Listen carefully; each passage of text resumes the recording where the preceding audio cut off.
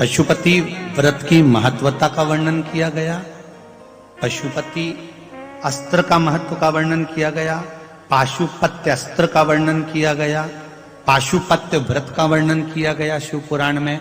पशुपति व्रत 5 सोमवार का होता है। कितने सोमवार? 5 सोमवार। 5 सोमवार का व्रत होता है। पहले सोमवार को जब व्रत करते हैं, दूसरे सोमवार को व्रत करो चाहे 5वें सोमवार को व्रत करो, व्रत का विधान एक जैसा ही है।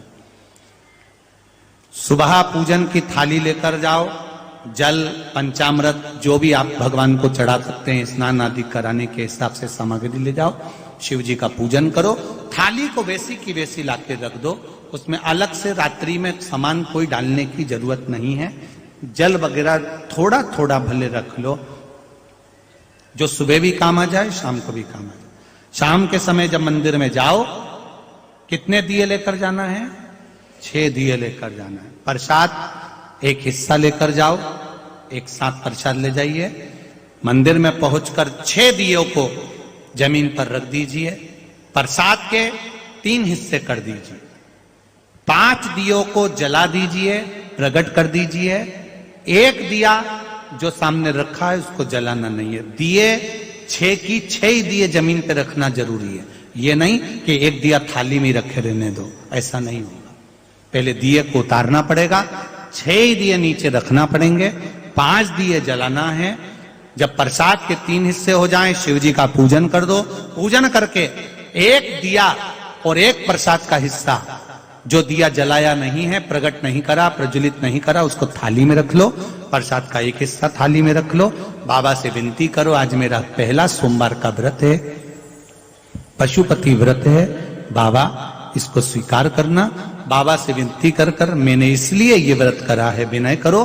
घर पर आइए, घर में जब प्रवेश करो, अपना सीधा हाथ देखो कि राइट हैंड कौन सा है, सीधा हाथ कौन सा। सीधे हाथ की ओर बैठ जाओ। घर के बाहर सीधे हाथ पर दिया अपने घर की ओर मुख कर कर जला दीजिए, प्रकट कर दीजिए।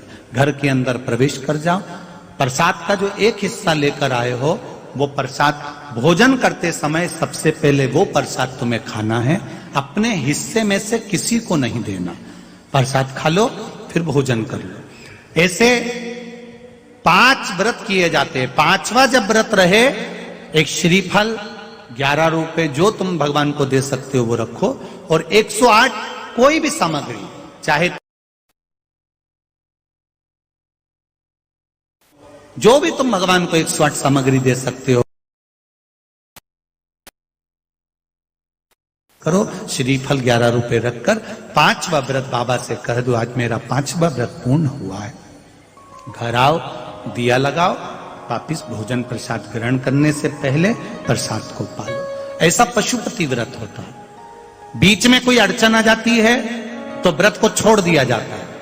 30 त्योहार पड़ गया, तीज का व्रत, चतुर्थी का व्रत, एकादशी का व्रत अगर आप करते आए हो, कोई व्रत पड़ गया तो फिर पशुपति व्रत को छोड़ दो, उस व्रत को पहले कर लो, इस व्रत को आगे कर लेना।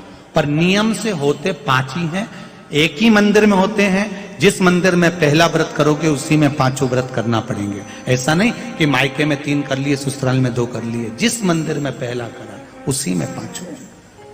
ये पशुपति व्रत है।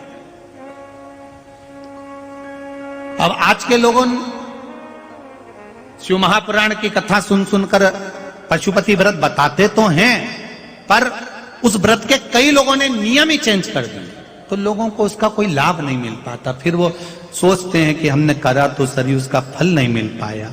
हम आपसे निवेदन करेंगे, व्रत का विधान सही करो।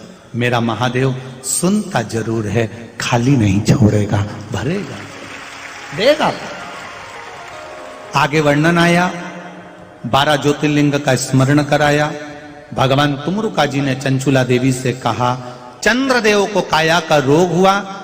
भगवान चंद्रदेव ने शिव जी की स्तुति करी। भगवान शंकर ने आकर दर्शन दिया, सोमनाथ जी के रूप में विराजमान हुए। अगला वर्णन आता है, श्री मल्लिकार्जुन भगवान कार्तिक के रुष्ट होकर गए, भगवान शिव ने उनको मनाया, मल्लिकार्जुन के रूप में विराजमान हुए। अगला वर्णन आया है श्री महाकाल, दूषण नाम के राक्षस का संहार करने के लिए भगवान महाकाल प्रकट हुए। 84 रूप धारण करे उन्होंने। उज्जैनी में महाकाल बाबा की नगरी में 4 अप्रैल से 10 अप्रैल तक विशाल शिव महापुराण की कथा है। आप भी मां छिपरा में स्नान करो, 84 महादेव का दर्शन करो और महाकाल का दर्शन करो। आराम से 4 अप्रैल से 10 अप्रैल तक कथा में अवश्य पधारें। हाँ, 16 फरवरी से 22 फरवरी तक सीहोर कुबेरेश्वर धाम पर कंकर शंकर की भूमि पर रुद्राक्ष महोत्सव है। आप सब आमंत्रित हो। 16 से 22 तारीख तक रुद्राक्ष वितरण का कार्य किया जाएगा, जो कुबेरेश्वर धाम का। इस बार तो रुद्राक्ष लोगों को बीच बीच में भी देते रहे, पर आने वाले समय में मंदिर का मुहूर्त भी रहेगा तो समय नहीं मिल पाएगा, इसलिए 16 से 22 के बीच में जिसको मिल गया मिल गया। तो आप सब आमंत्रित हैं। 7 दिन बाबा के धाम में, कुबेरेश्वर धाम में रहकर कंकर शंकर की भूमि पर अपना आसन लगाकर कुबेरेश्वर बाबा की वो कंकर शंकर की भूमि को नमन करते हुए दिल से बाबा से प्रार्थना करो, बाबा आपके हृदय की कामना पूर्ण करे। सब लोग पधार कर 16 फरवरी से 22 फरवरी तक सीहोर कुबेरेश्वर धाम में आकर कथा का लाभ लें और रुद्राक्ष महोत्सव का आनंद लें। अगला वर्णन है महाकाल का। दूषण नाम के राक्षस का भगवान काल बनकर आए और संहार किया। फिर अगला वर्णन आया ओंकारेश्वर। बिंद नामक पर्वत पर भगवान शिव की आराधना बिंद ने करी तो भगवान शिव ने दर्शन दिया। अगला वर्णन आया है केदारनाथ। नर नारायण ने तप कर कर भगवान शिव को पाया। फिर भीमाशंकर, करकटी के पुत्र भीम का भगवान ने संहार करा, भीमाशंकर के रूप में विराजमान हुए। अगला वर्णन है काशी विश्वनाथ। मनु शत्रुपा ने तप कर कर भगवान को स्वीकार करा। त्र्यंबकेश्वर, गौतम बाबा पर गौ हत्या का दोष लगा, बाबा ने उस दोष से मुक्त किया। वैद्यनाथ, बाबा रावण लेकर जा रहे थे, लघु शंका लगने पर भूमि पर शिवलिंग को रखा, बाबा वैद्यनाथ जी के रूप में विराजमान हुए। नागेश्वर, भगवान दारुक नाम के राक्षस का संहार करे। फिर आया रामेश्वरम। भगवान राम ने शिव जी की स्थापना करी है। 23 जनवरी से 29 जनवरी तक पावागढ़ के पास में जो शिव महापुराण की कथा है वो श्री राम शिव महापुराण की कथा होगी। कंजली हालोल, पावागढ़ से 3 किलोमीटर की दूरी। माता रानी का दर्शन करने आप भी पधारें और कंजली की कथा का आनंद लें। श्री राम शिव पुराण कथा अवश्य सुन। कथा का समय रहेगा दोपहर 2 बजे से 5 बजे तक। आस्था चैनल पर भी वही समय रहेगा। अगला वर्णन आया है कृष्णेश्वर। सुधर्म नाम के ब्राह्मण की धर्म पत्नी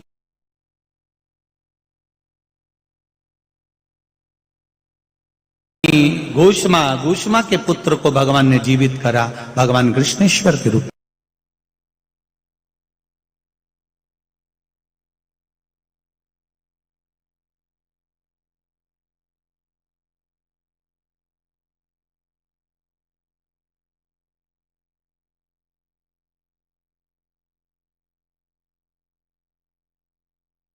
में विराजमान हुए। ऐसा 12 ज्योतिर्लिंग का चरित्र तुमरुका जी ने चंचुला देवी को श्रवण कराया। भगवान शिव ने अपने मस्तक की बेलपत्र पोथी पर समर्पित करी है। तुमरुका जी ने कहा, इस पावन शिव महापुराण की कथा को जो सुनता है वो संपूर्ण सिद्धियां प्राप्त करता है।